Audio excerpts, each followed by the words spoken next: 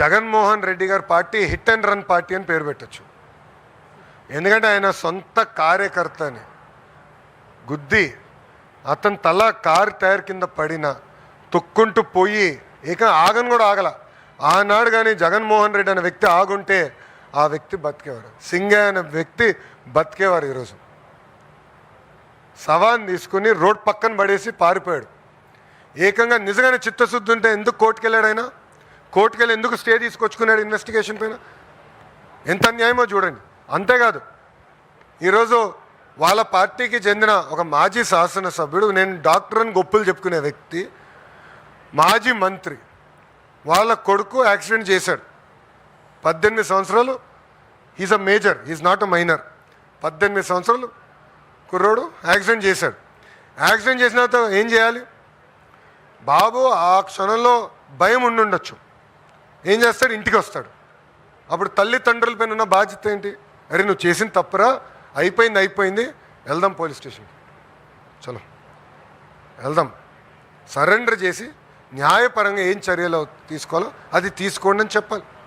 తెలంగాణలో ఇట్లనే ఒక కేంద్ర మంత్రి పైన కొడుకు పైన ఆరోపణలు వస్తే ఆ మంత్రి ఏం చేశాడండి? వాళ్ళ అబ్బాయిని తీసుకెళ్ళి నిలబెట్టాడు. లీగల్ రికోర్స్ ట్రై చేశాడు. దాని తర్వాత అబ్బాయిని తీసుకెళ్ళి నిలబెట్టాడు. ఇదిగోండి మా అబ్బాయి సరెండర్ అవుతున్నాడు, న్యాయబద్ధంగా మేము పోరాడతాం అని చెప్పారు. అది చేయకుండా ఎంత చులకంగా చెప్తున్నాడని. ఒక వ్యక్తి చనిపోయాడు. దాంట్లో కుటుంబం ఉంటుంది, తల్లిదండ్రులు ఉంటారు, భార్య ఉంటుంది, పిల్లలు ఉంటారు. ఇంత సింపుల్గా చెప్పేస్తున్నాడు. ఏమవుతుందంటాడు? అంటే ఎక్కడ పోతున్నావు అంటే మీ బాబాయిని చంపేశారు. అట్టనే ఆయనే చంపించాడు. వాళ్ళ బాబాయిని జగన్మోహన్ రెడ్డి చంపించాడు. ఆనాడు నేను చెప్పా, ఈ గడప పైన నేను చెప్పా, కడపలో నేను పాదయాత్ర చేస్తున్నప్పుడు చెప్పా, సొంత బాబాయిని లేపేశాడు, తప్పు కాదంట.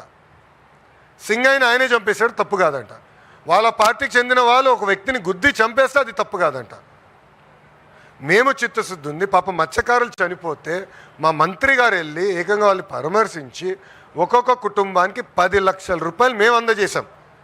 ఇదే జగన్మోహన్ రెడ్డి అధికారులు ఉన్నప్పుడు 250 మంది మత్స్యకారులు చనిపోతే కనీసం ఆ కుటుంబాన్ని వాళ్ళు పరామర్శించలేదు. ₹1 ఇవ్వలా. ఆనాడు 5 లక్షల ఎక్స్గ్రేషియా, ₹1 కూడా ఇవ్వలా. ఇప్పుడు వెళ్ళి పెద్దదో చేస్తున్నట్టు సినిమా. ఎంత అన్యాయం! మా మత్స్యకార సోదరులు కూడా ఆలోచించాలని కోరుతున్నాను.